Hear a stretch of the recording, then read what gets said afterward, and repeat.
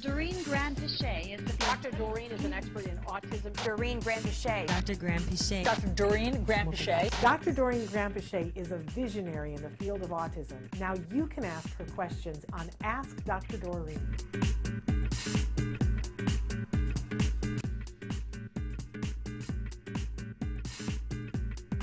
We have another person who says that another sibling situation, they are 17 years old. They're asking for advice. They say that their brother is 3 and has autism. He's starting to speak, but he screams and shouts all the time, whether he is happy or sad, either or. And they say it is a proper loud shout, that turn of phrase, I'm wondering if they're writing to us from across the pond. A proper loud shout, though, and it goes straight to their head, making their head hurt. Yeah.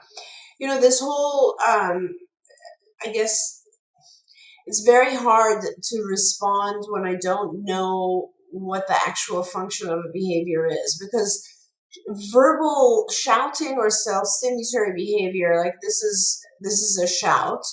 It could also be the kind of what we heard earlier, which is repetitive sounds that are pretty loud. And all of those could have different functions.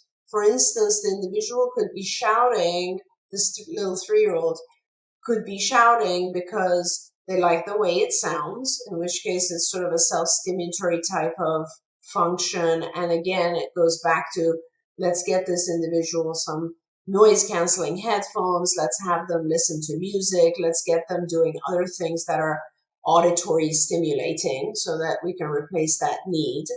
On the other hand, it could also be that the person is shouting because they want attention. It could be happy attention, not happy attention, doesn't matter, they want attention. That is dealt with in a completely different way. It could also be the person is shouting because they don't want something, or they want something, right? They want access to something they can't have, or they don't want to do something you've just asked them to do.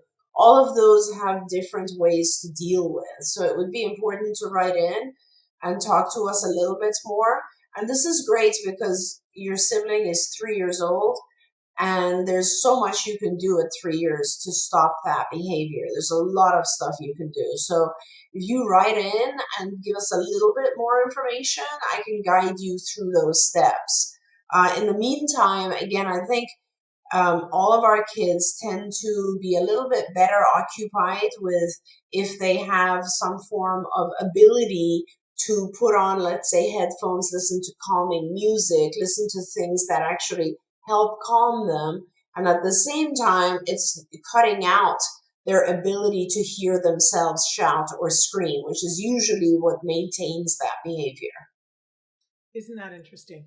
And one of the things that I remember being just like eye-opening for me as a parent after my son was diagnosed was that someone, and it could even have been you, Dr. Granpeesheh, who said to me that we also have to strengthen our perspective taking.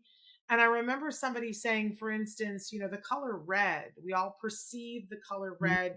Yeah. And that my red might be slightly different than your red, which was just mind-blowing. You and I had this discussion. I remember that. Yeah. Yeah. And so that as part of that, sometimes we can't diagnose things like double vision in a child until they're significantly older, because they think that you all see 2 lions when you look and see a lion. Exactly. It doesn't occur to them to say, by the way, I'm seeing 2 lions. Are you? Yep. That they got to be a certain age.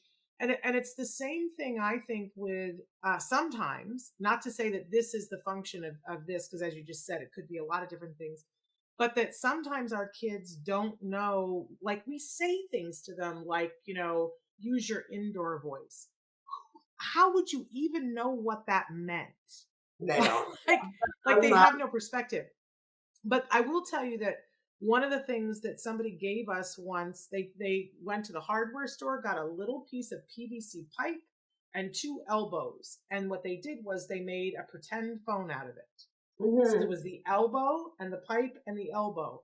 And whenever my son was talking really loudly, they would have him put the thing up so that he could hear himself Yeah. And then they would model the behavior, take the phone from him, and they would talk loudly like he was listening to themselves and say loud, labeling it. And then they would adjust their voice, talk softer, and they would say, talking softly, give it back to him and have it, so that he understood what volume was. It never occurred to me. He may not even know he's talking loudly. Absolutely. And Shannon, you're absolutely right. And thank you for saying all that. A lot of time, I mean, that's actually a lesson, louder and softer. It's a lesson that we wrote in skills because a lot of kids don't have that perception. But to take it even a further step, the you are right. They might not know what's loud or soft, but let's go a little bit further because we truly don't understand the sensory sensitivities that our kids have. We just don't. We don't know it. And let me tell you, I'll just give this example because I always try very hard to put myself in the shoes of the person who is experiencing sensory sensitivity, and it's very helpful. And I always go back to, like, one time when I went to Hong Kong and I had jet lag and I was exhausted and there was like lights flashing at me everywhere and I could not read anything because it's a different alphabet. And the sounds, the smells, I'm very sensitive to smell, and the sounds and the smells were so overwhelming that everything just seemed louder and just, intrusive, right? So the first thing I did was I just couldn't go out that often. Like I would go often to my room. And the interesting thing is, Shannon, that when I was in my room and I would like close all the blinds actually because it was just too much and I needed it to be dark, but I couldn't calm down from the noise if it was quiet because there was buzzing in my ear from all those noises outside. So I really needed white noise. I needed something in my room that would help replace those noises in my ears, right? Sometimes I wonder if our kids have experienced so much sensory overload from an auditory perspective that when they do these sounds, it's because they're trying to get rid of that kind of buzzing, and they're trying to hear their own voice in a repetitive way. Because one thing we know for a fact, we've tried this over and over, is when you prevent the child from hearing their own repetitive noises or shouting, it goes away. And so the question is, what is the individual trying to shut out? I always go back to one of my now adult kids, when he was younger, told me the hardest thing was shutting out background noise. It was like, and focusing on language. It was very, very hard because language was much more distant than certain other sounds, like doors opening and closing were very, very pervasive. And that kind of thing, so we have no idea what's going on with what the children are hearing and why they make these noises in order to kind of block that out. We have It's to be all fascinating to me. Yes, it really is.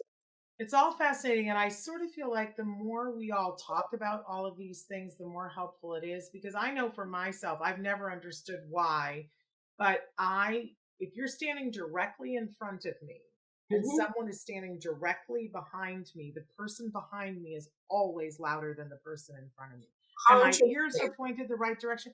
But if someone is talking behind me, I'm always the person at the meeting turning around saying, could you stop? I'm trying to listen to the thing in front of me. And that just makes me think, if I have that, what might there be for other, like, it makes no sense physiologically why it's louder behind. But in a movie theater, I'm a miserable person. I like to sit in the very last row, because if anybody sits behind me and they're crinkling a cough drop paper, forget it. I can't hear the movie. It's the weirdest thing. So anyway, we're all interesting. We're all human beings. We're all different, and the way we perceive things is different.